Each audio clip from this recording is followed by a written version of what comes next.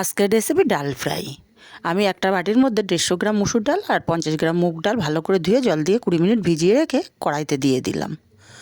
এটা সেদ্ধ করে নেব। ডালের ফেনাটা তুলে ফেলে দিচ্ছি, দিয়ে দিচ্ছি হলুদ গুঁড়ো।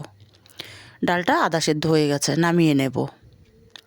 নামিয়ে কড়াই পরিষ্কার করে বসিয়ে দিয়ে তেল দিয়ে দিচ্ছি।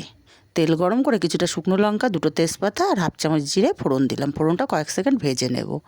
এবার দিয়ে দিচ্ছি বেশ কিছুটা পরিমাণে রসুন কুচি। রসুন কুচিটা লাল করে ভেজে দিয়ে দিলাম আদা কুচি। আদা কুচিটাও ভেজে নিয়ে দিয়ে দিচ্ছি পেঁয়াজ কুচি। পেঁয়াজ কুচিটা ভেজে নিয়ে এখানে দিয়ে দিচ্ছি 3টে টমেটো কুচি। টমেটো কুচিটাও ভেজে নেব। দিয়ে দিচ্ছি স্বাদ মতো লবণ আর হলুদ। ভালো করে কষিয়ে নিয়ে এর মধ্যে দিয়ে দেব সেদ্ধ করা ডাল আর পরিমাণ মতো জল।